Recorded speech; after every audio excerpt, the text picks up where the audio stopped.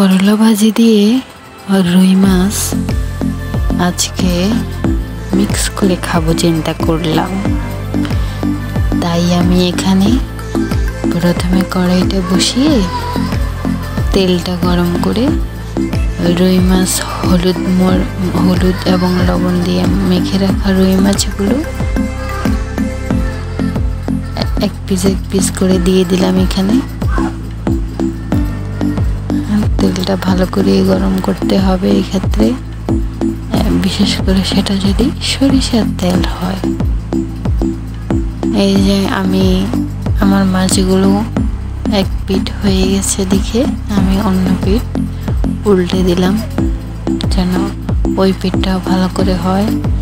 এরই মাঝে আমি করলা, আলু, পেঁয়াজ, কাঁচামরিচ এবং রসুন রেডি করে নিলাম রান্নার জন্য। আমার মাছগুলো হয়ে গেছে দোনো পিঠ। এখন আমি মাছগুলো তুলে নিলাম অন্য একটা কড়াইয়ে, দিয়ে দিলাম এখানে কুচি করে রাখা পেঁয়াজ পরিমাণ মতো। দেওয়ার পরে আমি পেঁয়াজগুলোকে ভালো করে নেড়ে ভেজে নুয়ে না আসা পর্যন্ত এগুলো আমি ভাজতে থাকবো। এরই মাঝে আমি আপনাদের সামনে শেয়ার করতে চাই একটা বিষয়। আমার দাদি দেখতাম এভাবে রান্না করতো। আমি মূলত আমার দাদির কাছ থেকে এই রান্নাটা প্রথমে শিখেছিলাম। পেঁয়াজগুলো একটু নুয়ে গেলে আমি এখানে রসুন দিয়ে দিলাম। এখন পেঁয়াজ রসুনের গন্ধটা চলে যাওয়া পর্যন্ত আমি এভাবে নাড়তে থাকবো। নাড়তে নাড়তে যখন এগুলো ভাজা ভাজা হয়ে যাবে, কালার চেঞ্জ হয়ে আসবে, তখন আমি কেটে রাখা করলা এবং আলু এগুলো ঢেলে দিব। আমি কিন্তু এখনো এখানে কোনো লবণ হলুদ মরিচ ইউজ করি নাই। এখনই জাস্ট করলার উপরে এগুলো আমি দিয়ে দিব। দেখুন, প্রথমত আমার এখানে আমি অল্প একটু জিরের গুঁড়া ছিটিয়ে দিলাম, কারণ আমার কাছে মনে হয় করলা ভাজিতে হালকা একটু জিরের গুঁড়া দিলে গ্রানটা ভালো আসে। লবণ দিয়ে দিলাম পরিমাণ মতো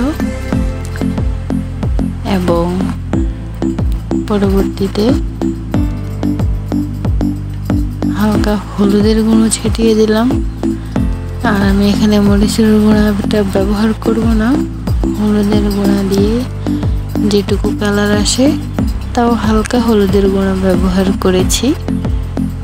এখন আমি এগুলোকে ভালো করে মিক্স করব, করলা এবং আলু এবং মশলাগুলোকে এবং ভেজে রাখা পেঁয়াজ রসুনের সাথে ভালো করে সেগুলো মিক্স করে নাড়তে থাকবো। কিছুক্ষণ মিক্স করার প্রয়োজন এখানে, কারণ নতুবা এগুলো ভালো করে মিশবে না একটার সাথে, মশলাগুলোর সাথে সবজিগুলো ভালো করে মিশবে না। এর মধ্যে আমি রান্না সম্পর্কে আপনাদেরকে একটা টিপস দিতে চাই। টিপসটা হচ্ছে, আমার কাছে মনে হয় সয়াবিন তেলটা আমাদের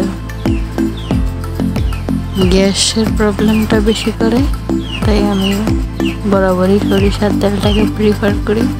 কারণ আমার কাছে মনে হয় এতে গ্যাসের প্রবলেমটা একটু কম হয়। ঠিক আছে, আমি আমার এরই মাঝে কাঁচামরিচ দিয়ে দিলাম, কারণ আমি এখানে মরিচের গুঁড়া ব্যবহার করিনি এবং করলা ভাজির সাথে কাঁচামরিচ তো না দিলেই নয়।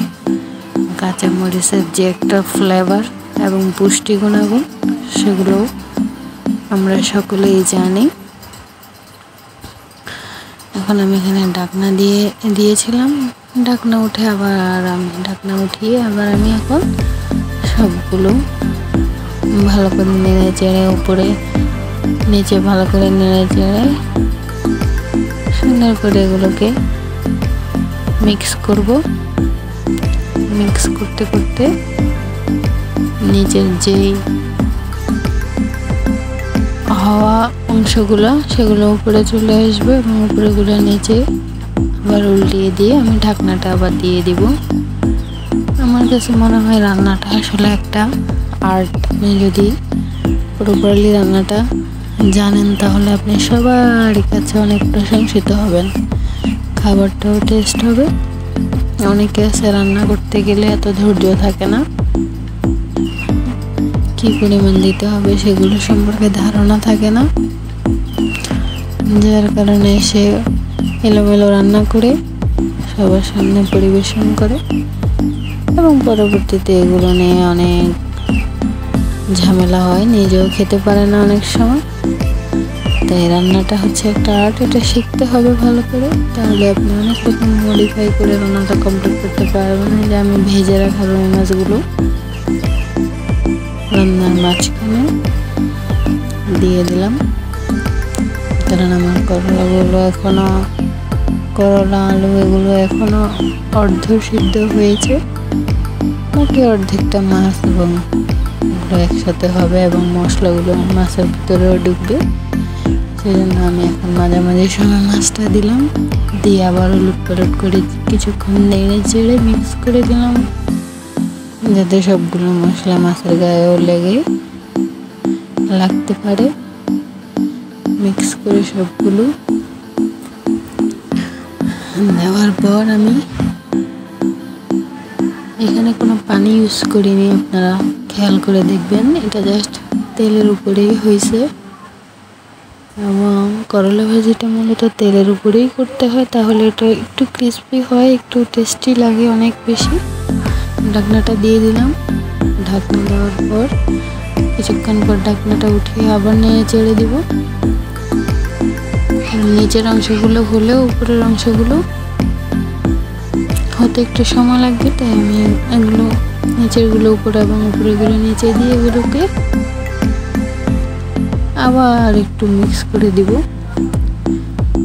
যাতে করে সবগুলো সবজি সমানে সমানে আগুনের তাপে ভালো করে সিদ্ধ হয়ে যায় এবং মশলাগুলো ভালো করে মিশে যায়। যে আমি ফ্রাই প্যানের ভিতরে করলা ভাজিটা করছিলাম, এখন আমি অন্য একটা কড়াইতে ফ্রেশ করে করলা ভাজিগুলোকে ঢেলে তুলে নিলাম।